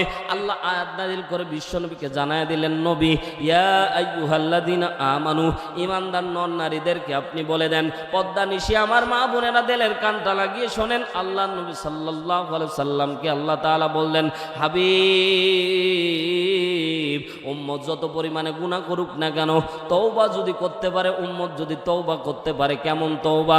তাওবাতান নাসুহা, একনিষ্ঠ তওবা যদি বান্দা করে, আমি আল্লাহর কাছে ফিরে আসতে পারে, আমি আল্লাহ বান্দার তামাম গুনাহ খাতা মাফ করে দিব। জোরে বলেন সুবহানাল্লাহ। বিশ্বনবী এখনো মাথা উঠায় নাই। আল্লাহর নবী সাল্লাল্লাহু আলাইহি ওয়াসাল্লাম মাথা না ওঠার কারণে ইমাম কাতাদা রাহমাতুল্লাহ আলাইহি তিনি তার তাফসীরের মধ্যে লিখতেছে, আল্লাহর নবী যদি মাথা উঠায় ফেলতেন তাহলে আল্লাহ তাআলা বাকি আয়াতে কারিমা নাজিল করতেন না। আল্লাহর নবী মাথা উঠায় না, এখনো লজ্জা পেয়ে আল্লাহর নবী মাথাটা নিচু করে দাঁড়ায় আছে। আল্লাহ তাআলা ডাকতে বললেন, হাবিব উম্মতের গুনাহ মাফ করে দিতে চাইলাম, আপনি রাজি হন নাই, আমি আল্লাহ তাআলা আপনাকে আরো খুশি করে দিব, আরো খুশি করে দিব। আল্লাহ তাআলা বলছেন, আসা রাব্বুকুম আইয়ুকাফিরা আনকুম সাইয়্যাতিকুম ওয়া ইউদখিলাকুম জান্নাহ। জবান কেউ বন্ধ রাখবেন না, জোরে বলেন না আল্লাহু আকবার। আরো জোরে বলতে হবে আল্লাহু আকবার। আল্লাহর নবীকে আল্লাহ তাআলা বিশ্ব নবীকে ডাকতে বললেন, হাবিব আসা রাব্বুকুম আইয়ুকাফিরা আনকুম সাইয়্যাতিকুম ওয়া ইউদখিলাকুম জান্নাহ। আমি আল্লাহ বলে দিলাম আপনার উম্মতের গুনাহ তো মাফ করব, আপনার উম্মতের গুনাহ তো মাফ করব। আমি আল্লাহ তাআলা এলান করে দিলাম, ঘোষণা করে দিলাম, জান্নাতে পৌঁছাই দেওয়ার জিম্মাদার আমি আল্লাহ নিজে গ্রহণ করে নেব। জোরে বলেন সুবহানাল্লাহ। কিয়ামতের ময়দানে আপনারে কষ্ট করা লাগবে না নবী, আপনি শুধু মাকামে ইব্রাহিমে বসে থাকবেন, আপনার উম্মতরে জান্নাতে পাঠানোর দায়িত্ব আমি আল্লাহর। জোরে একবার বলেন না সুবহানাল্লাহ। বিশ্বনবী আমার ফজরের নামাজ আদায় করলেন, সাহাবীদের মুখ ফিরে আবার বসলেন। পরের দিন সকালবেলা আল্লাহর নবীর মুখে মুচকি মুচকি হাসি দেখে আব্দুল্লাহ ইবনে আব্বাস রাদিয়াল্লাহু তাআলা আনহু আগের দিন বললেন, নবীজি আপনার মন খারাপ, কিন্তু আজকে আব্দুল্লাহ ইবনে আব্বাস দেখতে পেলেন আল্লাহর নবী মুচকি মুচকি হাসতেছে। আল্লাহর নবীর সাহাবীরা বুঝতে পারলেন আল্লাহ মনে হয় আয়াত নাজিল করেছে। সাহাবীরা ডাকতে বললেন, নবী গো, ইয়া রাসূলুল্লাহ, ইয়া হাবিবাল্লাহ, ওগো পয়গম্বর বলেন কি কোনো সুসংবাদ আছে নাকি? আল্লাহর নবী ডাকতে বললেন, আল্লাহ এত দামি একটি আয়াত আমাকে উপহার দিবে আমি কল্পনাও করতে পারি নাই। জোরে বলেন না সুবহানাল্লাহ। মুসলমান বাইরে আমার পর্দা নিশি আমার মা বোনেরা দিলের কানটা লাগিয়ে শোনেন। আল্লাহর নবী সাল্লাল্লাহু আলাইহি ওয়াসাল্লাম আয়াত পড়ে শোনালেন, ইয়া আইয়ুহাল্লাযীনা আমানু তুবু ইলাল্লাহি তাওবাতান নাসুহা আসা রাব্বুকুম আইয়ুকাফিরা আনকুম সাইয়্যাতিকুম ওয়া ইউদখিলাকুম জান্নাহ। আরো জোরে বলেন না আল্লাহু আকবার। এর মুসলমান গভীর মনোযোগ দেন। আল্লাহর নবী আয়াত পাঠ করলেন, ব্যাখ্যা দেওয়ার প্রয়োজন ছিল না। সাহাবা একরাম বুঝে গেলেন আল্লাহ তাআলা আপনার আমার জিন্দেগীর তামাম গুনাহ তো এক নম্বরে মাফ করবেন। মুসলমান ভাইরারে আমার, শুধু তাই না, আপনি আমি যে যত পরিমাণে গুনাহ করব আল্লাহ তাআলা সূরা ফুরকানের ৭০ নম্বর আয়াতের মাঝামাঝি অংশে আল্লাহ তাআলা আরেকটা আয়াত নাজিল করে বিশ্বনবীকে সান্ত্বনা দিয়ে বলেন, নবী ফাউলাইকা ইউবাদদিলুল্লাহি সাইয়্যাতিহিম হাসানাহ। জোরে বলেন আল্লাহু আকবার। আল্লাহ তাআলা বিশ্বনবীকে বললেন, হাবিব আপনার উম্মতের যত গুনাহ থাকবে আমি আল্লাহ গুনাহ মাফ করে দিব। ২ নাম্বার, যত গুনাহ থাকবে আমি আল্লাহ বলে দিচ্ছি ফাউলাইকা ইউবাদদিলুল্লাহ, বাদদালা ইউবাদদিলু ফাহুয়া মুবাদদিল। আল্লাহ তাআলা বলছেন, হাবিব আপনার উম্মতের যতগুলি গুনাহ থাকবে আমি আল্লাহ সব গুনাহগুলি উল্টায় সওয়াবে রূপান্তরিত করে দেব। আরো জোরে বলেন না সুবহানাল্লাহ। কোরআনের আয়াত নাজিল করে আল্লাহ নবীকে আল্লাহ ডাক দিয়ে বললেন, হাবিব, উম্মতের যত গুনাহ থাকবে উম্মত শুধু তুবু ইলাল্লাহি তাওবাতান নাসুহা, একনিষ্ঠ তওবা করে উম্মত ফিরে আসবে, আমি আল্লাহ উম্মতের গুনাহ মাফ করে দিব, উম্মতের গুনাহ পাল্টায় সওয়াবে রূপান্তরিত করে দেব। জোরে বলেন সুবহানাল্লাহ। আল্লাহর নবী এই জায়গায় দুইটা হাদিস বর্ণনা করেছে। জোরে বলেন কয়টা? আর জোরে বলেন। দুইটা হাদিস মুসনাদে আহমদের ভিতরে এসেছে। দুইটা হাদিস বর্ণনা করতে গেলে 2 ঘন্টা সময় লাগবে। দিবেন তো ইনশাআল্লাহ? দেবেন তো ইনশাআল্লাহ? আল্লাহর নবী ডাক দিয়ে বললেন, বনি ইসরাইলের দুইটা ঘটনা দুইটা হাদিসের মধ্যে আল্লাহর নবী উল্লেখ করেছিলেন। আল্লাহর নবী সাল্লাল্লাহু আলাইহি ওয়াসাল্লাম ডাক দিয়ে বললেন, বনি ইসরাইল নবী মুসা আলাইহিস সালাতু ওয়াস সালামের জামানার এক ঘটনা। গভীর মনোযোগ দেন মুসলমান। আল্লাহর নবী সাল্লাল্লাহু আলাইহি ওয়াসাল্লাম দুইটা হাদিসের মধ্যে দুইটা ঘটনা বর্ণনা করব। এই 2 ঘটনা বর্ণনা করতে গিয়ে কারো যদি 1 ফোঁটা চোখের পানি পড়ে, জোরে বলেন কয় ফোঁটা? 1 ফোঁটা চোখের পানি যদি এই মজলিসের মধ্যে পড়ে, আল্লাহ তাআলা ওয়াদা করছে ওই হাদিস শোনার পরে যারা 1 ফোঁটা চোখের পানি ফেলবে আল্লাহ তাদের তামাম গুনাহ মাফ করে দিবে। জোরে বলেন সুবহানাল্লাহ। মুসলমান ভাইরা আমার গভীর মনোযোগ দেন।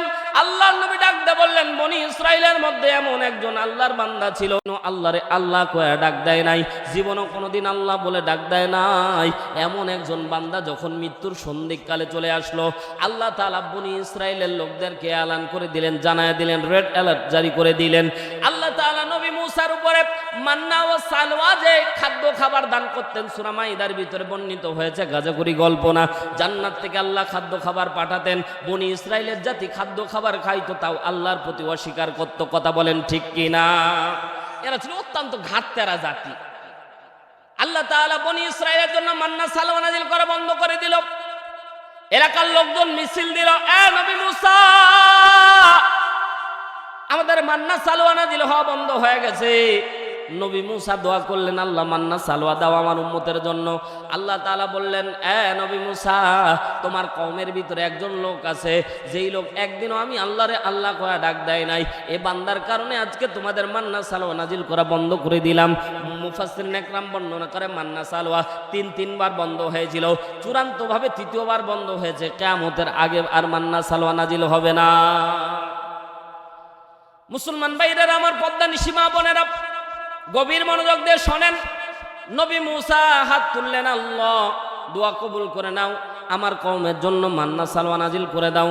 আল্লাহ তাআলা ডাক দিয়ে বললেন, নবী মুসা, নাম ঠিকানা পাঠিয়ে দিলাম, অমুক ব্যক্তিকে এক ঘরে করে দাও, অমুক ব্যক্তিকে জঙ্গলের মধ্যে ফেলে দাও, না হয় পর্যন্ত তোমাদের সমাজ থেকে তাকে যদি বহিষ্কার না করো তাহলে তোমাদের উপর মান্না সালওয়া নাজিল করা বন্ধ করে দেব।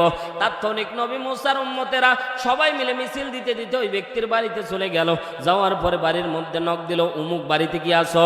তাৎক্ষণিক যখন বের হলো, এরা মুসলমান বনি ইসরাইলের জাতি এমনি ঘাটতারা ছিল, যখন ওই ব্যক্তির জন্য বাকি ব্যক্তিগুলি কষ্ট পাচ্ছিল, ওই ব্যক্তি আর দেরি করে নাই, ওর গলা ধরে টান দিয়ে এনে জমিনের মধ্যে কাত করে শোয়া দিয়ে তার উপরে অকাট্য নির্যাতন মারামারি শুরু করে দিল।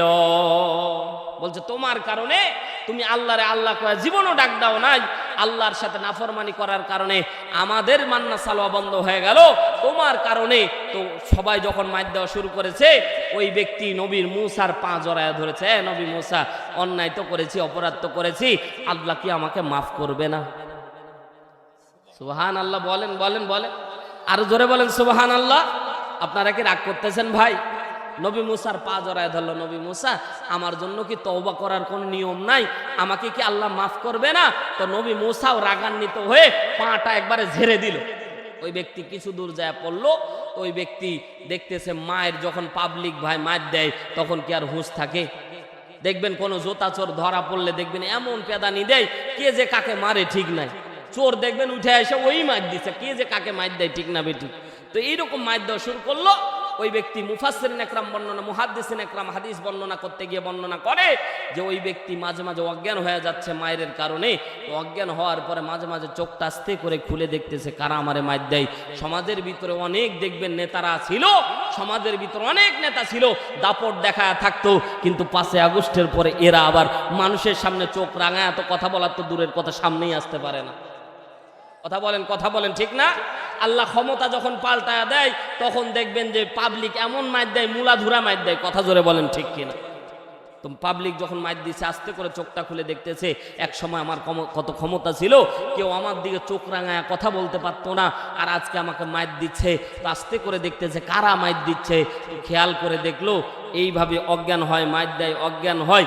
এক পর্যায়ে খেয়াল করে দেখলো কে যেন তার চাভলের উপর এই জায়গায় কে যেন পা দিয়ে দাঁড়ায় আছে। এ মুসলমান, কেউ যদি কাউরে এই গেড়ি ধরে কেউ টান দেয় এটা কিন্তু সহ্য করা যায় না। কথা বলেন ঠিক কিনা? আর এর উপরে দাঁড়াইলে অনেক বেশি ভার মনে হয়। ওই ব্যক্তি বলছে কার এত সাহস আমার মাথার উপরে পা দিয়ে দাঁড়ায় আছো? আস্তে করে মাথাটা যখন ঘুরায় ফেললো টাস করে পড়ে গেল। তো দেখতেছে তার মেজ সন্তান তার ঘাড়ের উপর দাঁড়ায় আছে। এ ভাই, কার জন্য করেন? কার জন্য করেন? নিজের সন্তান দেখবেন মরেন, আজকে মৃত্যুবরণ করেন, কাল 10টা পর্যন্ত আপনার লাশটা রাখবে না, কবরে রেখে চলে আসবে। কথা বলেন, কথা বলেন ঠিক কিনা? আপনার আজকে আমি হারুনুর রশিদ দিনাজপুরি, আজকে আমি হারুনুর রশিদের মৃত্যু হোক, এই জায়গায় আমার বাড়িতে খবর যাবে, আমার লাশটা যাওয়ার আগে আমার জন্য কাফনের কাপড় রেডি। কথা বলেন, কথা বলেন ঠিক না? আমি যাওয়ার আগে বাঁশবাগানে আমার লাশটা যাওয়া পর্যন্ত তারা অপেক্ষা করবে না। আমি যাওয়া মাত্র আমার জন্য বাঁশবাগানের মধ্যে আমার জন্য কবর খনন করবে। আমার লাশটা যেতে দেরি হবে, গোসল দিতে দেরি করবে না। আমার লাশটা যেতে দেরি হবে, জানাজা দিতে দেরি করবে না। আমার লাশটা যেতে দেরি হবে, কবর দিতে দেরি করবে না। কথা বলেন ঠিক কিনা? এই পদ্মানি সীমা বোনেরা, গভীর মনোযোগ দিয়ে শোনেন। দুনিয়া কেউ কারো না, দুনিয়া যত সম্পদ আমার বলে চিৎকার মারেন, কিছুই আপনার না। কথা বলেন ঠিক কিনা? দুনিয়ায় যত আমার বলে চিৎকার মারেন, কিছুই আমার না। কিন্তু যতটুক আল্লাহর রাস্তায় দান করবেন ওটাই আপনার। কথা জোরে বলেন ঠিক কিনা? মুসলমান ভাইরা আমার, গভীর মনোযোগ দেন।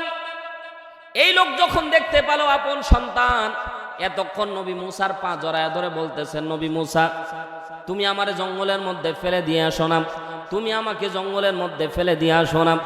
নবী মুসার পা জড়ায় ধরে বলতেছে আমাকে যদি মাইর দিয়ে এখানে মেরেও ফেলো তাও কিন্তু আমি যাব না।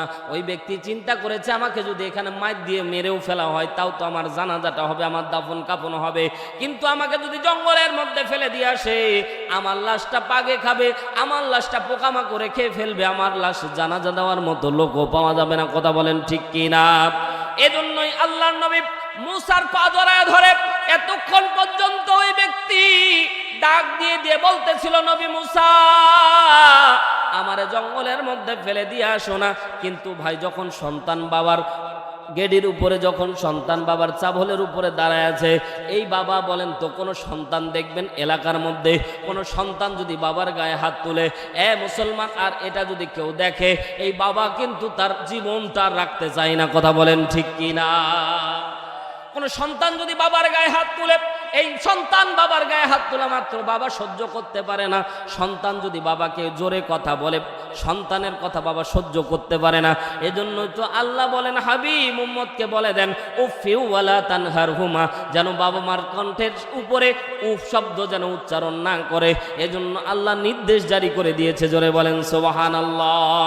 সন্তান যখন গালের উপরে দাঁড়ায় আছে, বাবার সহ্য করতে পারলো না, বলে এই জীবন রেখে কোনো লাভ নাই। মনে মনে চিন্তা করলো, আল্লাহ যেই সন্তানের জন্য জীবনে ভালো কাজ কোনোদিন করি নাই, যে সন্তানের মুখের দিকে তাকায়া হারাম ইনকাম করে পাহাড় অট্টালিকা পাহাড় সম্পদ তৈরি করেছি, এই সন্তান তো দুনিয়ার মধ্যেই আমারে চিনে না।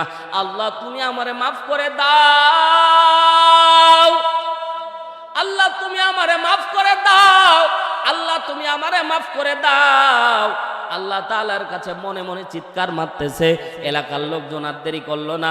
ওই ব্যক্তি এবার বলতেছে, নবী মুসা এই জীবন রেখে আর লাভ নাই, আমারে জঙ্গলের মধ্যে তুমি ফেলে দিয়ে চলে আসো, পোকামাকড়ে খেয়ে আমারে শেষ করে ফেলুক। এই ব্যক্তিকে যখন জঙ্গলের মধ্যে ফেলে দিয়ে চলে আসতেছিল, ওই আল্লাহর বান্দা আবেগে কথা বলেছিল। পরবর্তী যখন বড় বড় হিংস্র প্রাণী যখন জঙ্গলের মধ্যে দেখতে পাই, ওই ব্যক্তি চিৎকার দিয়ে নবী মুসারে ডাকতে বলে, নবী মুসা আমারে রেখে যেও না, বাঘ পোকামাকড়ে আমারে খেয়ে ফেলবে, আমারে তুমি রেখে যেও না। বারবার করে চিৎকার দেয়, বারবার করে চিৎকার দেয়, কেউ তার কথা শুনলো না। আল্লাহ তাআলা নবী মূসার উপরে রেড অ্যালার্ট জারি করে দিলেন। 5 কিংবা 7 দিন পর মুহাদ্দিসিন ইকরাম ব্যাখ্যা করে আল্লাহর নবী সাহাবীদেরকে বলছেন, সাহাবীরা 5 কিংবা 7 দিন পরে আল্লাহ তাআলা নবী মূসার উপরে আবার ওহী নাজিল করে জানায় দিলেন, নবী মূসা, জঙ্গলের মধ্যে আমার বন্ধু মারা গেছে, বন্ধুর জানাজা দাফন কাফন পরানো লাগবে। জোরে একবার বলেন না সুবহানাল্লাহ। নবী মূসা আশ্চর্য হয়ে গেলেন, আল্লাহ, জঙ্গলের মধ্যে আবার তোমার বন্ধু থাকে কেমনে? বলছে বেশি কথা বলা যাবে না। আল্লাহ তাআলা রাগান্বিত হয়ে গেলেন, যাও আমার বন্ধুর জানাজায় যাও। জানাজা কি একজনে দেওয়া যায় ভাই? জোরে বলেন, একজনে দেওয়া যায়? নবী মূসা উম্মতের কাছে গেল, উম্মত তো ঘাটতেরা জাতি, বলছে আল্লাহর বন্ধু মারা গেছে, আল্লাহ জানাজা দেখ, আমরা যাব না। নাউজুবিল্লাহ, জোরে বলেন, জোরে বলেন, জোরে বলেন নাউজুবিল্লাহ। আল্লাহর বন্ধু মারা গেছে, আল্লাহ জানাজা পড়াক। ও ভাই, কোরআনের আয়াত, কোরআনের আয়াত। নবী মূসা যুদ্ধে গেছে তো বনি ইসরাইল বসে গেছে, মনে হচ্ছে সুপারগুলো আঠা পিছনে লেগে গেছে, উঠতে চায় না, বলতেছে তুমি আর তোমার আল্লাহ যুদ্ধ করো, আমরা দেখি। কত বড় নাফরমান জাতি দেখছেন। বলতেছে নবী মূসা, আল্লাহর বন্ধু মারা গেছে, আল্লাহ জানাজা পড়াক, আর তুমি পড়াও, আমরা যাব না। আল্লাহ তাআলা বলছেন, নবী মূসা, উম্মতকে জানায়া দাও আমার বন্ধুর জানাজায় গেলে জিন্দেগীর গুনাহ মাফ করে দিব। আরো জোরে জোরে বলেন, জোরে বলেন, জোরে বলেন, জোরে বলেন সুবহানাল্লাহ। এ ভাই, মা বোনদেরকে, আমার এলাকার মা বোন ঝগড়া করলেও তার থেকে বেশি শব্দ দেয় ভাই। কি কুচা লাগা মুরগির মতো সুবহানাল্লাহ কোন। মা বোনদেরকে সুবহানাল্লাহ কইতে দিলে এর থেকে জোরে বলবে। জোরে বলেন না সুবহানাল্লাহ। আল্লাহু আকবার। নবী মূসা বলছেন, আল্লাহ, উম্মত তো যাইতে চাচ্ছে না। আল্লাহ বলছে উম্মতকে বলে দাও, উম্মত যদি যায় আমার বন্ধুর জানাজায় যারা অংশগ্রহণ করবে তাদের জিন্দেগীর গুনাহ মাফ করে দিব। এবার বলেন তো কেউ কি এই সুযোগ হাতছাড়া করবে? সবাই দৌড় দিয়েছে, নবী মূসাই পিছন করে গেছে। সুবহানাল্লাহ বল। নবী মূসা, উম্মতেরা দৌড়ায় গেল জঙ্গলের মধ্যে, তালাশ করে দেখলো, পুরো জঙ্গল তালাশ করে দেখে 5 কিংবা 7 দিন আগে জানা আমরা মাইর দিয়ে জঙ্গলের মধ্যে ফেলে দিয়ে আসলাম, এই ব্যক্তি মৃত্যু ছাড়া কোনো লাশ আর জঙ্গলের মধ্যে নাই। নবী মূসার উম্মতেরা ডাক দিয়ে বললেন, নবী মূসা, এটাই কি আল্লাহর বন্ধু? এটাই কি আল্লাহর বন্ধু? একটু আমার দিকে লক্ষ্য করেন মুসলমান ভাইরা রে আমার। নবী মূসা ডাক দিয়ে বলছেন, আল্লাহ, এটাই কি তোমার বন্ধু? আল্লাহ তাৎক্ষণিক জবাব দেয়, হ্যাঁ ওটাই আমার বন্ধু। জোরে বলেন না আল্লাহু আকবার। ওটাই আমার বন্ধু। এবার নবী মূসার উম্মতেরা ওই ব্যক্তিকে বাদ দিয়ে নবী মূসার কণ্ঠনালীকে চাপ দিয়েছে। তার একজন সন্তান এত শক্তিশালী ছিল, নবী মূসার হলকুম কণ্ঠনালী চাক দিয়ে উপর দিকে করেছে। নবী মূসা দম আটকায় যাচ্ছে যাচ্ছে ভাব। নবী মূসা বলছে, আমারে ছেড়ে দাও, আমারে ছেড়ে দাও। ছেড়ে দেওয়া হলো। নবী মূসাকে বলছে, তুমি কি মজা পেয়েছো? আমার বাবারে তুমি বললা, আমার বাবার কারণে আল্লাহ তাআলা মান্না সালোয়া নাজিল করা বন্ধ করে দিয়েছে, আবার তারে মাইর দিয়ে জঙ্গলে ফেলে গেলাম। 5-7 দিন পরে আবার বলতেছো আমার আব্বা নাকি আল্লাহর বন্ধু হয়ে গেছো, তুমি কি গাঁজা টাজা খাইলা নাকি? তোমাকে আমরা মেরেই ফেলবো, বলো কি কারণে, কি ঘটনা? নবী মূসা বেকারার হয়ে আবার আসমানের দিকে হাত তুলেছে, মালিক, তুমি না বললা তোমার কথাই না মাইর দিয়ে জঙ্গলে ফেলে দিয়ে আসলাম, তো তোমার বন্ধু হলো কেমনে? আল্লাহু আকবার, আল্লাহু আকবার।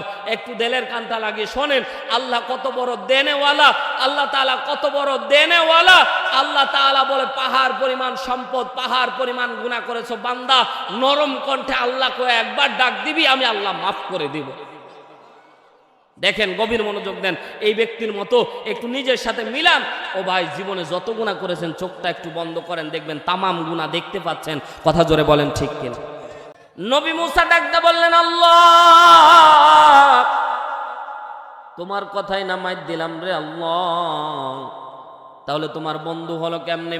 আল্লাহ তাআলা ডাক দিয়ে বলছেন, নবী মূসা, তোমরা যখন তার জঙ্গলের মধ্যে ফেলে চলে গেলাম, তোমরা যখন তার জঙ্গলের মধ্যে ফেলে চলে গেলাম, বারবার নবী মূসা বলে চিৎকার ডাক দিয়েছে, সন্তানরা ডাক দিয়েছে, সন্তানেরা শুনো, তোমাদের কারণে দুনিয়াদারির পিছনে পড়ে আল্লাহরে ভুলে গিয়েছিলাম, তোমরাই আমারে জঙ্গলের মধ্যে ফেলে দিয়ে যাচ্ছ। এই সন্তানেরা শোনো, সন্তানেরা শোনো, কেউ যখন তোমরা শুনলা না, ডান দিকে ডাক দিয়েছে কেউ শোনে নাই, বাম দিকে ডাক দিয়েছে কেউ শোনে নাই। ওই আল্লাহর বান্দা হাত বাঁধা পা বাঁধা অবস্থায় জমিনের মধ্যে আস্তে করে দিয়ে জমিনের মধ্যে মাথাটা লাগায়, আমি আল্লাহরে বারবার আল্লাহ আল্লাহ বলে ডাক দিয়েছে। আসমানের দিকে তাক দিয়ে আসমানের দিকে তাক দিয়ে বলে, আল্লাহ আমার পরিবার আমারে ভুলে গেল, আমার পরিবার আমারে ভুলে গেল রে আল্লাহ। নবী মুসা পর্যন্ত আমারে একাই রেখে চলে গেল। এরে আল্লাহ, তুমি কি আমারে ভুলে যাবা? তুমি কি আমি বান্দারে ভুলে যাবা? তোমার নাম না রহমানুর রহিম। আল্লাহ, আমি না ভুল করেছি, তুমি আমারে মাফ করে দাও। এ আল্লাহর বান্দারা দুই চোখের পানি ছেড়ে ওই ব্যক্তি যখন কান্না করা শুরু করে দিল, আস্তে করে জমিনের মধ্যে মাথাটা লাগায় ডাক দিয়ে বলে, আল্লাহ। জোরে বলেন, জোরে বলেন আল্লাহ। ওই আল্লাহর বান্দা আস্তে করে জমিনের সাথে মাথাটা লাগায় চোখটা বন্ধ করে দিয়ে আল্লাহ আল্লাহ কয়া যখন ডাক দেওয়া শুরু করে দিয়েছে, চোখের পানি ছেড়ে কান্না করে আর বলে, আল্লাহ তুমি আমারে মাফ করে দাও। মনে মনে বলেন, আল্লাহর নবী বলেছেন এই জায়গায় ওই ব্যক্তির মতো যদি আল্লাহর কাছে কোনো বান্দা ক্ষমা চাই, পৃথিবীর তামাম পৃথিবী যদি ভর্তি গুনাহ করে থাকে, আল্লাহ তাআলা তাকে মাফ করে দিবে। ওয়াদা করছে, ওয়াদাল্লাহি হাক্ক। এরে আল্লাহর বান্দারা, আল্লাহ তাআলা ডাকদা বলছেন, হাবিব উম্মতদেরকে ডাক দিয়ে বলেন, ওই ব্যক্তি জীবনে কোনোদিন নামাজ পড়ে নাই, রোজা রাখে নাই, যাকাত দেয় নাই, আল্লাহ আল্লাহ বলে যখন ডাক দেওয়া শুরু করে দিয়েছে, আমি আল্লাহরে আল্লাহ করে ডাক দেওয়ার ফলে আমি আল্লাহ আর তার স্থির করতে পারি নাই। আমি আল্লাহ তারে মাফ করে আমি আল্লাহ তার নামটা জান্নাতের খাতায় লিখে আমার বন্ধু বানায় দিয়েছি।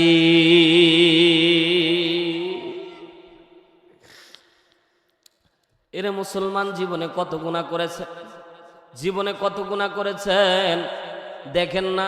জীবনটা এতই অল্প, হায়াতের জিন্দেগি। আজকেই মৃত্যুবরণ করলে কালকে আপনার লাশটা পর্যন্ত রাখবে না। কথা বলেন ঠিক কি না?